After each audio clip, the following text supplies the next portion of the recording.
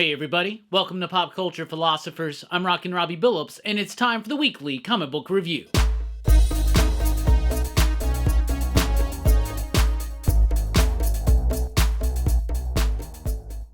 That's right everybody, thanks for checking out the video. I am Rockin' Robbie Billups. This is the weekly comic book review. It's the show where I read a lot of comic books and I let you know what I thought about them, and we always start with the pick of the week. And this week's pick of the week, Beneath the Trees Where Nobody Sees, issue number 2. This is from IDW Publishing. This is written and illustrated by Patrick Horvath with artwork, with lettering from Hassan Otsman El Howe. Beneath the Trees Where Nobody Sees looks like a cutesy fun kid story time type book, but the subject matter of the book is not that whatsoever. It is about a serial killer in the midst of this, and all of the people are like animal people. They're all cutesy looking. It looks like a storybook drawing from like childhood or something like that. But it's very much more like Dexter or something more dark and gnarly, right? So it's about this one cute animal person in this town where nothing ever seems to go bad, and all of a sudden there's a murder. Well, this one cute animal person is actually a serial killer, but she's been actually for years being very careful about it, going into the big city, finding a random victim, never getting caught, but now somebody has slayed somebody in her own town, and she's worried that the investigation will lead people into uncovering her own dark secret. The book is absolutely magnificently rendered, the artwork is great, but the story is amazing too. Even if it wasn't just cutesy animal characters, the dialogue, the pacing, everything about it kind of has that Coen Brothers kind of like funny, whimsical kind of nature to a very dark and brutally violent subject matter. So it's kind of got elements of like Fargo and other dark comedies and stuff like that. I absolutely loved it. I thought it was absolutely brilliantly amazing, and it stands out. There are a lot of things that do this where it's like, oh, we'll do this typical type of horror story or crime story or something like that, but we'll do it with like cutesy animals, things like that. And some of them succeed, like Stray Dogs. Others don't work so well, but then you got Beneath the Trees Where Nobody Sees. It is so freaking well done, from script to artwork to lettering to pacing. Everything about it just soars. So issue 1 made the pick of the week. Issue 2 also makes the pick of the week. From Marvel, we have Spider-Gwen Smash. I'm sure somebody at Marvel understands the connotations of this title, which means that we're going to be expecting some Hulk action in here, right? So this is a decent enough comic book. I wasn't really looking forward to it because I don't really usually vibe with the Spider-Gwen books, but this one actually worked for me a little bit. Some of the dialogue felt a little bit trying to be too like modern and fresh and hip or something like that, but maybe that's just me getting out of touch in my 42-year-old brain. But Spider-Gwen Smash was actually pretty decent. Spider-Gwen is back on Earth 65. She's trying to make a go at being Ghost Spider again, as well as being a part of the Mary Janes, which is the band that she's a part of. There's drama going on there. Then all of a sudden they get selected to open up for Dazzler's band. So you get to meet the Dazzler of Earth 65. It was decent. It was cool. I liked the coloring. I liked the art. And all in all, it was a pretty decent book that kind of hooked me in by the end of it. Nothing super, nothing great, but a pretty solid comic book. Oh yes, and it does have a little bit of Hulk action in there. Spider-Gwen Smash, issue number 1 from Marvel Comics. We got some Gang War tie-ins. Let's talk about them. Gang War Daredevil. I believe this is a 3-issue series. Maybe it's just 2. I don't know, but Gang War, the way that this event or mini little Spidey event seems to be broken down is that the main thread is in the pages of Amazing Spider-Man, but he's got a team assembled, and the basic premise of Gang War is that there's a giant gang war going on in New York City. Tombstone's been sent to the hospital, and now all these different crime families, all these different organizations, they're all just in all-out war trying to see who's going to take the reins as the new crime kingpin of New York City. You got Mayor Luke Cage thrown in the middle of it. Heroes are still, and vigilantes are still outlawed in New York. We'll get to that here in a second, but Spidey's kind of got this little team of people helping him, including Elektra as Daredevil, and just like the Spider-Woman book or the Miles book, this is her part of the journey, her part of the story, which is protecting Hell's Kitchen. So what I like about how this event is kind of set up is that if you're just reading Amazing Spider-Man, you're okay just reading that. But if you did want to read everything and see how it all gets taken care of, you can jump into the pages of Gang War Daredevil and follow Elektra into Hell's Kitchen as she's trying to protect them from the heat, right? In Spider-Woman, she's going up against Hydra. So all these different factions get more individually spotlighted in the tie-in issues when the main thread's going to be in Amazing Spider-Man. That being said, this was a pretty solid issue. It was decently written, has some cool artwork, got the introduction of a new character as far as I'm concerned. I wasn't looking forward to this one, but it actually shocked me at how consistently solid it was all the way through. Some really great dynamic parts in the artwork too, including great double-page spreads like that. The coloring really pops. So there you go. Gang War Daredevil. I liked it. Gang War Luke Cage, issue number 2. So we've already had issue 1 of this. This is written by Rodney Barnes, and it's written consistently enough. The artwork is a bit sloppy, a bit clunky, and hella rushed in this issue. The story itself, too, is just kind of... it's okay. So Luke Cage is the mayor of New York. It is illegal to be a superhero or a vigilante in New York. So Luke Cage, his city in fire and flames basically in the midst of this gang war, has to come and help. But he's got to hide his identity to do so, so he puts on this costume. And he runs around with Jessica Jones, Cloak and Dagger, and Danny Rand, the former Iron Fist. How is nobody supposed to know this dude is Luke Cage? It's so freaking obvious, bruh. Anyway, so there's some elements of the story that come across as pretty silly. The artwork didn't really work for me, but the writing itself is just okay. So that one's one of the weaker tie-ins for me. Then we got Miles Morales, issue number 13. And this is a Gang War tie-in. Cody Ziegler's been doing a solid and consistent job on this book. We got the artwork is Federico Vincentini. Trying to talk too fast. And you get some more of that stuff that we're accustomed to seeing in the pages of Miles Morales from this artist. Big, giant, double-page spreads, highly kinetic action, really cool coloring, and a decent enough story. It's the tie-in, so like there are some people that have been utilized in this Miles Morales series. They're wrapped up in the gang war. Spidey, or Miles Morales Spider-Man is still kind of pissed at like Peter Parker's Spider-Man. They're dealing with that drama. He's being trained in some of his new abilities by Colleen Wing and Misty Knight. So you got that. So this is a cool just continuation of what has been building up in the pages of Miles Morales. And it's got a pretty solid ending, but it does have some really lame dialogue. There's a moment in here where somebody tells someone, "Heard you're one of Brooklyn's finest. I come with an Accord." And the guy goes, "Do I look like a man who needs a car?" That's some stupid stuff. By the way, Peach Momoko's got a bunch of these Nightmare covers out this week. That is definitely one of my favorites. Not all of them work for me, but that one really works. But it's not the cover of the week. Then we got Punisher issue number 2, David Pepose continuing his new Punisher run. We got a new guy named Joe Garrison who has been dubbed the Punisher by the media. Basically what's happened is this dude's family has been killed in a targeted assassination attempt or something like that. He blames himself. He's an ex-SHIELD agent. He's using all of that know-how and that skill and that talent to wreak vengeance on the people that are responsible for the death of his family. It sounds like Frank Castle. He's not going out of his way to be the Punisher, but because his costume is very similar to Frank Castle's, like very similar, the media thinks he's the Punisher. They start dubbing him the Punisher, but what it does is it actually reads like a Punisher book. I really like this book. It doesn't have a lot of nuance in it, but it's got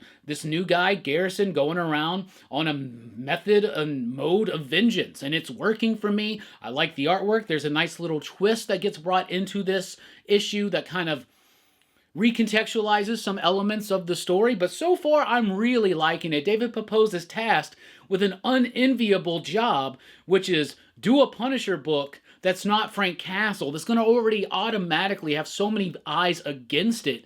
But I'm going to tell you this, it's a pretty solidly written comic book that reads a lot like some old school Frank Castle stuff.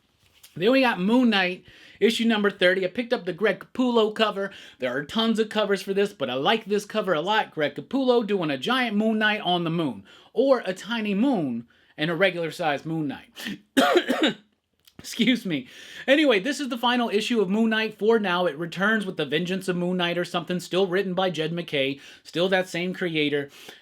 But this is the end of the first big chapter, right? And this has been promised to have the death of Moon Knight. We were talking about this a little bit on Rockin' Robbie Live Sunday night, like what I thought might happen, how they would pull the wool over eyes or something like that.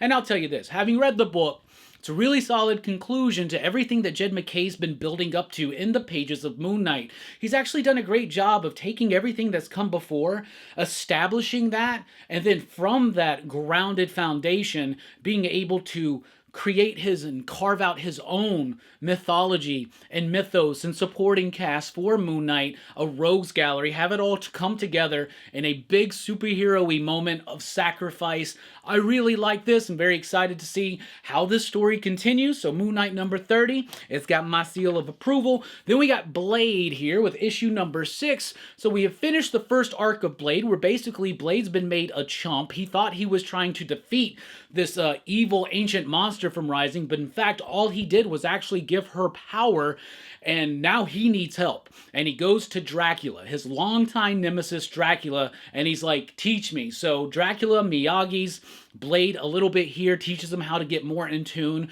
with his vampiric powers, to get more in tune with his skills as a supernatural being of the night, and it works for me. The artwork's pretty solid, it's okay, could be a little bit better, it's a little, I don't know, there's something missing for me in the line work itself, but the coloring's working. Characterization is spot on. Brian Hill's doing a great job with Blade. And Blade being trained by Mr. Miyagi Dracula, that's awesome to me. And I like that Peach Momoko cover right there. Let's jump over to DC. And from DC, we have Titans Beast World issue number 2, the second part of DC's current little event thing going on. Very much Titans-centric and Titans-focused, but it's not just essential for Titans fans. If you are interested in the ongoing story arc, the developing stuff behind the scenes with Dr. Hate and Amanda Waller, and how DC's actually planning and building into their next steps, that we're being led right through that in the pages of Titans Beast World. It feels like DC's got a plan. It feels like they've got something that they're building towards slowly through some of these events. Now, even though this is a Titans-focused event, and the first issue seemed a bit smaller in scale, the second one really widens out the scope of the threat. The basic premise is this: something happened to Beast Boy, and now his powers are infecting the population of Earth, and certain people are just turning into beasts, right? Like animal people that are just ravaging the cities and the countries, and they're ravishing the world, right? Because there are even some superheroes and supervillains that have these powers. For instance, Black Adam has been turned into a big lion man who's just totally trashing through Kahndaq right now. So you got that kind of stuff going on. You got a very emotional at the core story involving the Titans and the Titans character, but that scope is being widened a little bit here in issue number 2. Great artwork from Ivan Reis, really great characterizations and nuanced moments from Tom Taylor. It's not like the biggest event ever. It doesn't read like an excellent Crisis or something like that, but it does read as a cool, fun mini event, very much centered for Titans, but also for DC fans overall. Then we got Titans Beast World Tour Gotham. Just like the Metropolis one-shot from last week, this is a series of short stories basically explaining what's going on with some of the heroes and other characters in the city of Gotham. Metropolis last week, Gotham this one. We got Central City coming up. We got Atlantis. I think we got a Star City one or something. The first story in here is written by Chip Zdarsky, and it flows perfectly in the midst of the pages from Beast World number 2. So some of the things that happen here in issue number 2 get more fleshed out and are brought to their fruition here in the very first story arc or the first story in this anthology from Chip Zdarsky. The other ones, they're all right. It's just other characters in Gotham, Huntress, Red Hood. Those stories are just kind of okay. It's the main story that's the best, with basically Nightwing and Batman having to deal with a Gotham being turned into animal people, ravaging everything. So, there you go. Detective Comics is here with issue 1079. Ron B's just killing it in Detective Comics. It's one of my favorite books of the year. I've been putting together my list right now for top 20 comics of 2023, and this is one that keeps popping up in my head. In fact, this upcoming Thursday and Friday night, join me over at Lost in Comics for the Best of 2023 nomination panels. 2 nights of us talking about the best of the year, best letterer, best series, best colorist, best movie adaptation, stuff like that. It's going to be a great time. Check that out at Lost in Comics. I'll throw a link in the description below. But Detective Comics by Ron B has just been absolutely splendid. We're in the midst of the interlude of this giant operatic Gotham tragedy, right? And Batman is being brought to the gallows to be hung, and it looks like he was successfully hanged. Looks like he was successfully hanged at the end of last issue, but Catwoman's got a team together to pull off the ultimate heist, which is to save Batman from these villains that have totally infected his brain with madness and insanity, and now they're going to publicly execute him. And this is the moment in the heist movie where it all gets revealed. We were planning this all along. Great artwork from Jason Shawn Alexander, but he needs a helping hand in this issue, but that helping hand comes from Liam Sharp, an excellent artist, and even though their styles are different, they both have enough raw, gritty texture where it makes the transition between artists absolutely flawless. This book's been one of DC's bests. Then we got Batman Santa Claus Silent Night issue number 2, written by Jeff Parker with artwork by Michelle Bandini and Trevor Hairzine. So there's a couple different artists here. One's telling this flashback story, and the story is Batman teaming up with Santa Claus.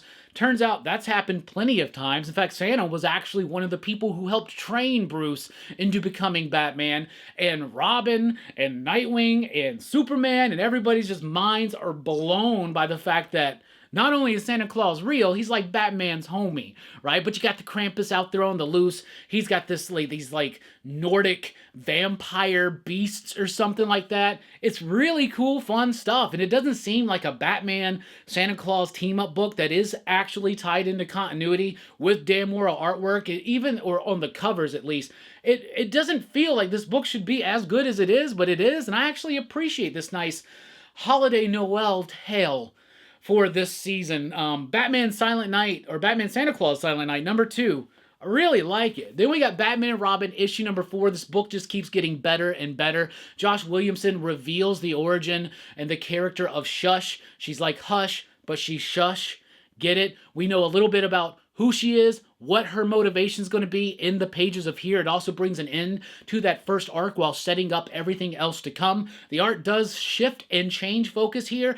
The way it's structured, it's not that jarring, but it is still a bit jarring. But Batman and Robin, issue number 4, really did a great job of tying everything up and setting everything up for what's to come and setting the direction and the identity for the book going forward. So definitely worth checking out. The Outsiders, issue number 2, Jackson Lansing, Colin Kelly.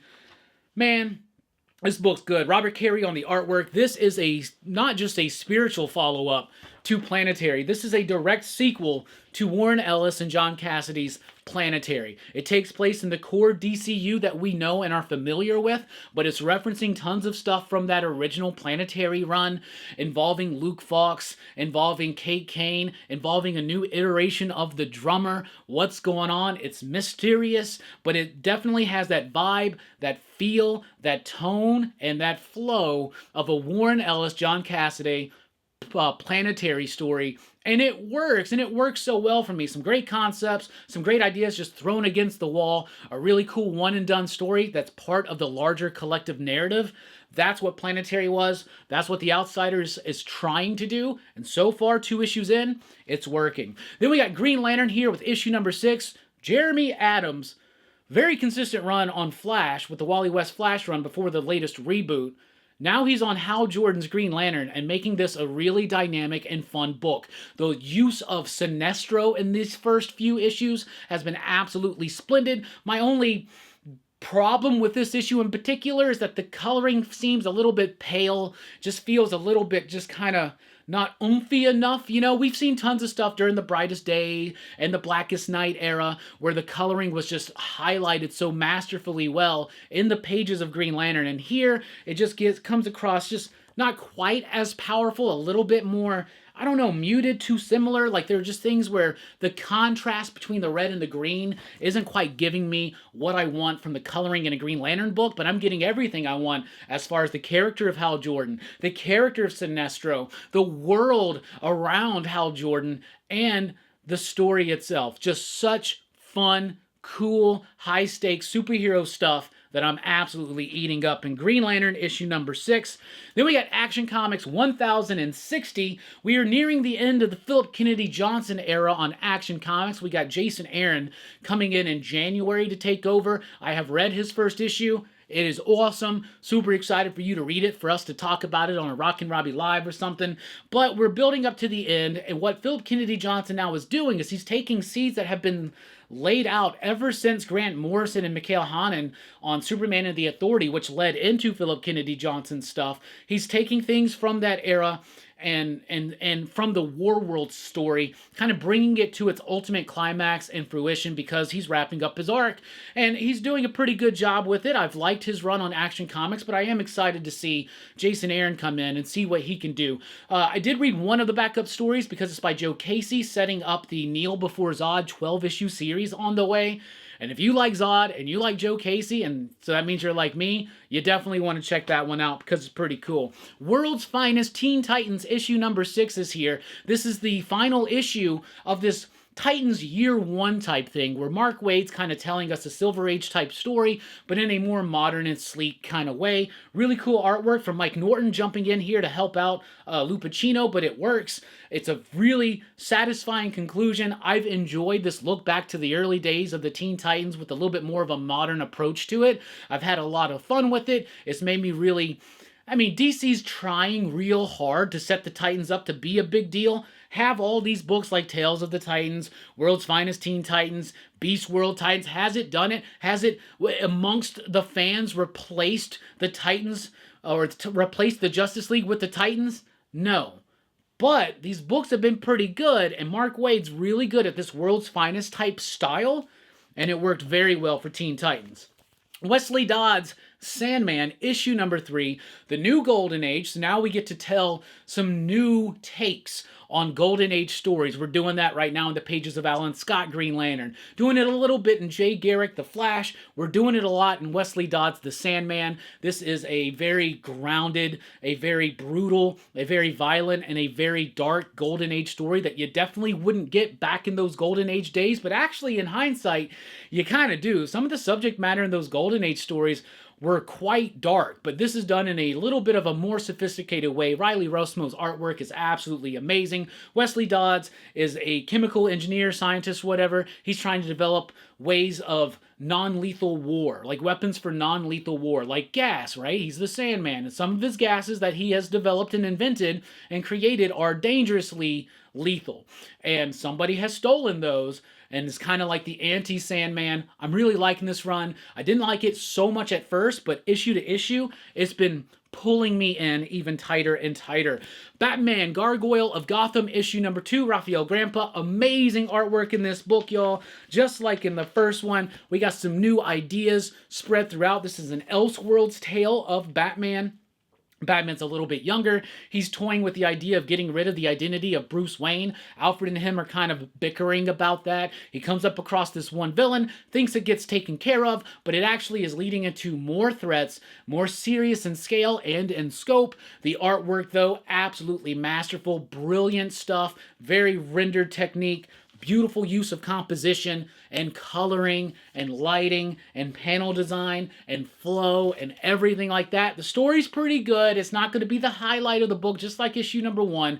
And this issue as a whole didn't impress me quite like issue number 1, but issue number 1 impressed the hell out of me, and issue number 2 is still one of the best comic books I read this week. We also got the Noir edition where it's the same thing, but in a more stark black and white edition, which is totally worth reading and having for the Raphael Grandpa artwork.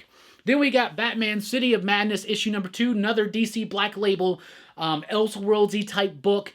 There is a Gotham above, there is a Gotham below. Think about like Stranger Things and the Upside Down, right? So underneath Gotham, in a parallel dimension or reality or something like that, there is the Gotham below, a twisted, distorted version of Gotham with twisted, distorted versions of the denizens of Gotham, including Batman. So there is a Batman of Gotham below, and it's a very Lovecraftian type figure who has broken up into the real Gotham, and it turns out that like the Court of Owls has been protecting this portal between the two, and the evil Batman from below, or the Batman from below, has come into the real Gotham and stolen a kid, trying to make him his Robin. Now Batman's going into the Gotham below after him. Really cool stuff, written and illustrated by Christian Ward.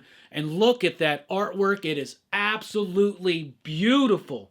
The artwork on this book is striking. It is so freaking good. The use of this format is amazing from Christian Ward. I liked issue number 1, but issue number 2 absolutely soars far and above where we were with issue number 1. A tale of madness and Lovecraftian intrigue for any Batman fan to delight in. Absolutely loved that. And then we got facsimile editions of Batman Year One. They're doing these one a week. They're going to be doing all 4 issues. They're beautifully, meticulously re-put together with the original ads on newsprint with the original coloring, so that's cool. Then we got Batman Robin Lives. This is a special edition of Batman 428, which included the death of Jason Todd, but this actually has the pages where what if Jason would have lived. So at the time, people were calling in to vote. Jason lives, Jason dies. Turns out Jason dies, but this is the Jason Lives kind of book. So it's the same book, but just with the bit where Jason, like Robin doesn't die. Got a great foil cover on that. It's a cool rendition of the typical facsimile shtick. So I thought that was cool. Phantom Road here with issue number 7. When Jeff Lemire writes a book, we have to pay attention. And the longer this book has gone, the more nuanced its story has become. The characters are becoming a little bit more developed, a little bit more layered. The mystery is becoming even deeper, entrenched in my interest, and a little bit more intriguing. Phantom Road is a really cool book. Started out as a slow burn, but with that gritty and kind of, I don't know, like scratchy artwork from Gabriel Hernandez Walta, it provides a certain tone and an atmosphere that's totally appropriate to this Jeff Lemire sad dad pinned type tale. But Phantom Road issue number 7, I really liked it. The Scorched, issue number 24. So we have John Layman now as the writer on The Scorched. The last issue kind of wrapped up everything that had been building up, and now we kind of get Layman and McFarlane to kind of go off into a new direction. So this is kind of like a fresh start. It's like a reimagine or a refocusing of the priority of this book, of the identity of this book. So Jessica has to make her decision. Yo, are you with us? Are you not? Are you going to lead The Scorch or are you not? And if you're going to lead it, what are you leading it for, and how are you going to go about it? And it also starts up a brand new story with a new villain who is very much a throwback from back in the day that I really appreciated. Artwork was solid, story is solid, that cover is dope, The Scorched is dope. Dark Spaces Dungeon, issue number 2, written by Scott Snyder with artwork by Hayden Sherman. Hayden Sherman, their artwork is absolutely amazing to me.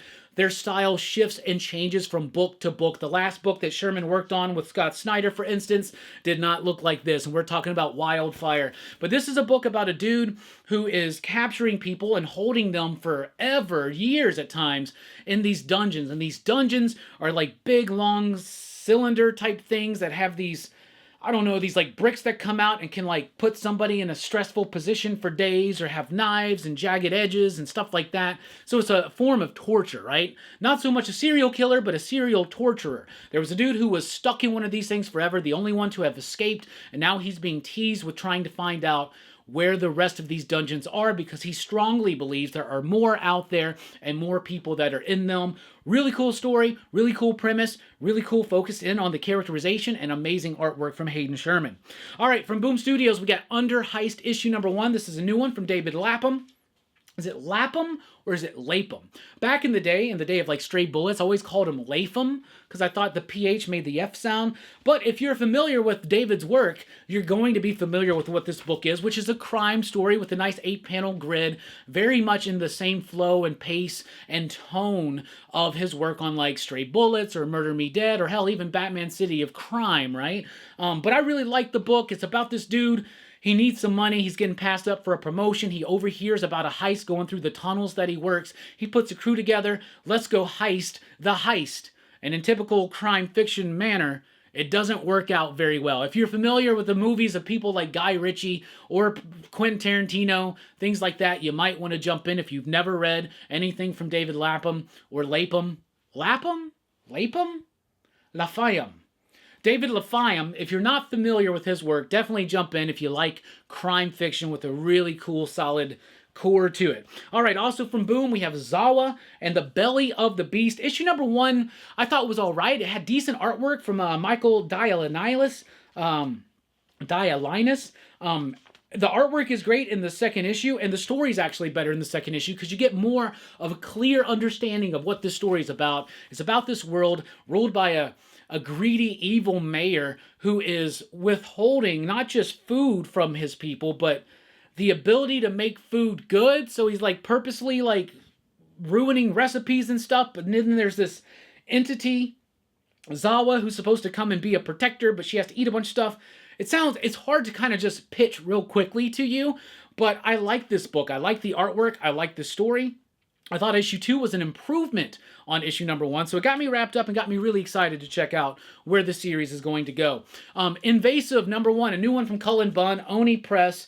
This one didn't really do much for me. It's illustrated by Jesus Hervas, and it's okay. It's got an interesting premise. There's basically these beings running around, these people that are like committing like surgical murders on people, and there are these two like loved ones of former victims or missing people that are trying to hunt them down. So there's like that mystery, and then there's this idea of people who get multiple surgeries over and over and they get like addicted to it. So it's got some cool ideas. It's got a decent enough flow to it, but it just didn't quite completely pull me in and hook me. It didn't really work for me. Then we got Faceless and the Family, issue number 2. This is from Matt Lesniewski. Issue number 1 made the pick of the week. Issue number 2 was close to the pick of the week as well. I love this book. A nice allegorical fable-type tale about this dude walking a city in the shape of a hand, and all the rich elite live up in the fingers, and all the poor live in the palm. He's trying to make it into the upper finger so he can get a new face, because he considers himself faceless. His face is covered. He comes across different other people during his journey. They all represent different forces and factions and archetypes. So does he. So in a way, it's almost like a non-Christian, more secular version of the Pilgrim's Progress or something like that. But it's the artwork that really sells it. It's like rubbery artwork with a lot of nice detailed gradient texture, like pointillism kind of stuff being used. Lots of little dots, lots of hatching. A beautiful, brilliant black and white book. Doesn't have a whole lot of spotted blacks, but oh my goodness, the gray work and the line work is absolutely astonishing in this book. Faceless and the Family, issue number 2, did not disappoint. Then we got The Man from Maybe, issue number 3, the final issue from now of this illustrated by Shaky Kane series. And the ending was maybe just a little bit shaky, pun intended there. It was alright. It's been a weird, wild, wacky tale. I like the boldness of the color. I like the weird quirkiness of the artwork. And I even do enjoy the absurdity of the story. It just felt like a really rushed ending, and it left stuff dangling and set up for this series to continue. And I'd like to see that happen, but I would have liked to see a little bit more time being developed to this to let it like flourish out a little bit, and let's really dive in to some of those crazy, absurd ideas. So The Man from Maybe, it had an interesting ending, but it wasn't 100% selling me there. Then we've got, this book is called Guma, The Beginning of Her, issue number 1. This is from Jae Young Lee. It's created, concept, script, layouts by Lee, pencils and inks by Namitsi Citro. I'm sure I messed that up. It's all right. It's like an urban fantasy type thing, and I say that because I just saw this quote from James Tynion right there. Trying to remember, what is the book about? Oh yeah, there's these like zombie creatures or something like that. These people pick it up, and then it goes to this like brothel that's being run by these like mobsters, and they're holding these women there, and one's trying to buy her and her daughter way out, but they won't allow that to happen. So it comes across as kind of tropey, a little bit cliche. And honestly, it just really didn't stand out, except for that cover. It's a Peach Momoko cover, and we're going to give that the cover of the week. There's some really good covers this week, but for me, I love it when Momoko's utilizing her skill with composition and texture, and that's what she's doing on that cover, so I think that's cool. Masterpiece is #1, is a new one from Dark Horse Comics, written by Brian Michael Bendis with artwork by Alex Maleev. Now, 20 years ago, hell, even 15 years ago, maybe even 10 years ago, you tell me that Brian Michael Bendis and Alex Maleev are on a book, and I'm telling you it's going to be one of the best books of the year. Is Masterpiece a return to the Masterpiece work that they used to do in books like Sam and Twitch and Daredevil? No. No, it's not. The artwork is missing some of the grit that I really, really like from Alex Maleev. It's a little bit too clean. The story is decent. It's all right. It's very familiar in type and structure to a lot of Bendis' other work. It's not bad. It didn't completely annoy me like some more of the more recent Bendis work, like the ones and stuff like that, which start good and then kind of wane my interest. But this one's all right, but it's about this girl named Masterpiece. Her parents were like mastermind criminals. They ripped off this super rich dude. They're allegedly dead. The rich dude finds their daughter and says, yo, you're going to go do this for me, or I'm going to make your life a living hell. There's the mystery of her parents. It's decent. It's okay. It's not bad, but it's not great. It's just kind of middle of the road. And honestly, back in the day, Bendis and Maleev, they were on a book together. That book was going to be fire no matter what. Space Usagi, Death and Honor issue #1. So this is kind of like Color Classics. This is a previously done Space Usagi story being republished in color, I believe, for the first time. So it was nice to go back in a throwback, a day when Stan Sakai's line work was a little bit more sturdy, a little bit more solid. So if you've just been getting into his latest work on Usagi Yojimbo, it will be a really cool treat to dive into this one and see how, like, cleaner it actually used to be, but it's still the same dude, obviously with the same energy, great lettering. Stan Sakai's been doing this for a long time. He knows exactly how to do it, and that's why we got to honor this dude as much as we can, y'all. Space Usagi. Check it out if you've never been able to. Then we got Silent Night, Deadly Night, Killer Santa. It's a one-shot. I have not been reading the American Mythology Silent Night, Deadly Night book. I read like the first couple issues. It's like a different version of the sequel to the original Silent Night, Deadly Night, which I love. We just covered that on PCP Movie Night for Holiday Horror Fest last night. I love this movie, but I didn't like that comic. But this was a one-shot, and we had just talked about the movie, so I figured I'd check it out. And if you're a fan of Silent Night, Deadly Night, you might want to check this one out, because what this is it is the life story of the killer Santa who murdered Billy's parents that set off all of the events that happened in Silent Night, Deadly Night. So this is his story. It's a one-shot, one and done, supremely connected to that movie, but it takes different twists and turns than you are expecting, or at least than I was expecting, and I actually thought it was a treat. The artwork is not very good, but I did like the story. Charred Remains #1 is here from Mad Cave Studios. They've been celebrating 10 years as a publisher, so congratulations, Mad Cave Station. Charred Remains is by Anthony Cleveland, Andrea Muti on the artwork. The artwork is absolutely great. It's about fire. It's about this woman. When she was a kid, she was in a fire, and there was somebody called the Fireman that she saw in the fire. So there's this like paranormal force connected to building fires in this town or something. It's actually a little bit muddy with the story. It doesn't have a nice clean line through, right? I love the artwork. I love the way that the heat and the flames are being shown by Andrea Muti, but the story never really completely clicked with me. By the end of it, you were able to piece together kind of what's happening. Obviously something paranormal involving like a supernatural force of fire or a ghost or something, but it didn't really do anything to really sell me in on the first issue. Matt Emmons is here with Crusader issue #4, final issue of this arc, a very acceptable and satisfying end to this story about a Crusader from the Crusade era who gets whisked away into another dimension, filled with all kinds of like gnarly goblins and stuff. People are after him. He's got to like learn some stuff. So it's a nice, satisfying conclusion as far as the personal character arc and just the book itself. I love this dude's artwork. He does some really great self-published stuff at Second at Best Publishing is what I think it's called. You can follow it on Instagram. If I'm wrong, please correct me in the comments below. But I really like this conclusion. I really like his art, really like his style of storytelling.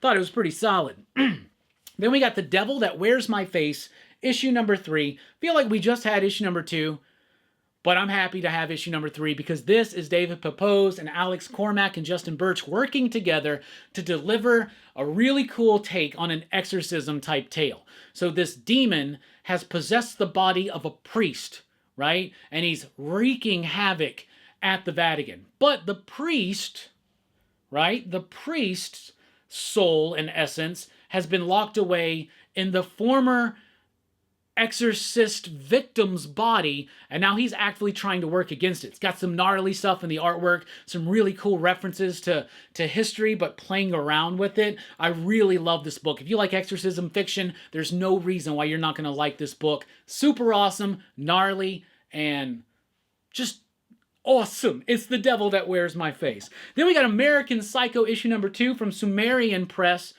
in partnership with Massive.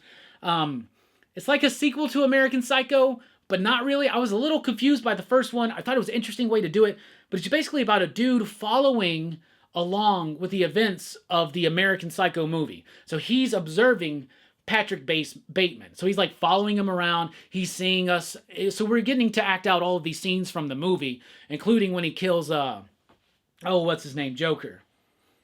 Guy from the band. Like Jared Leto, right? So we get those scenes repeated, but from a different perspective because we're seeing this guy kind of look on it. So it's like the greatest hits, but something new. And then the second part of the story is like set in the future, and it's like I don't know what's necessarily going on there, like a new version. I'm liking it. I actually am.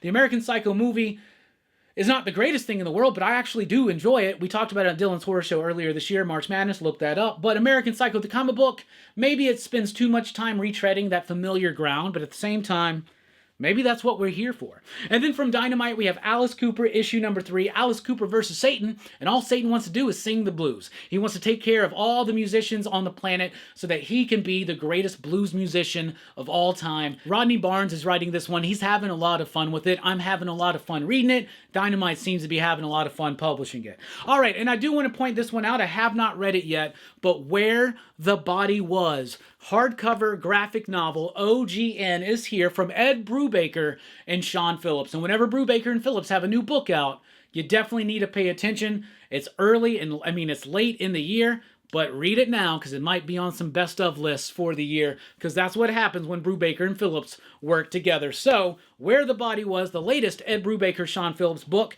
And to recap, Alice Cooper, big dumb fun. American Psycho, maybe playing the hits too much, but I'm having fun with it. The Devil That Wears My Face is exorcism fiction done differently and exceptionally cool. Then we got Crusader number 4, a very satisfying conclusion to that story. Charred Remains, a little clunky and unclear, but the art's pretty solid. Silent Night, Deadly Night, Killer Santa, an origin story basically to Silent Night, Deadly Night. Space Usagi, now in color. Check out that old school Stan Sakai goodness. Masterpiece isn't going to quite deliver on its name, and it's not quite what Alex and Brian used to do back in the day. Guma, the beginning of her, issue number 1, didn't really work for me, but I love that cover. I'm going to give it cover of the week. The Man from Maybe number 3, a little bit of a rushed ending there for me. Faceless and the Family, issue number 2, just as good as the first one. Invasive number 1 didn't really click for me. Zawa and the Belly of the Beast, improving upon issue number 1.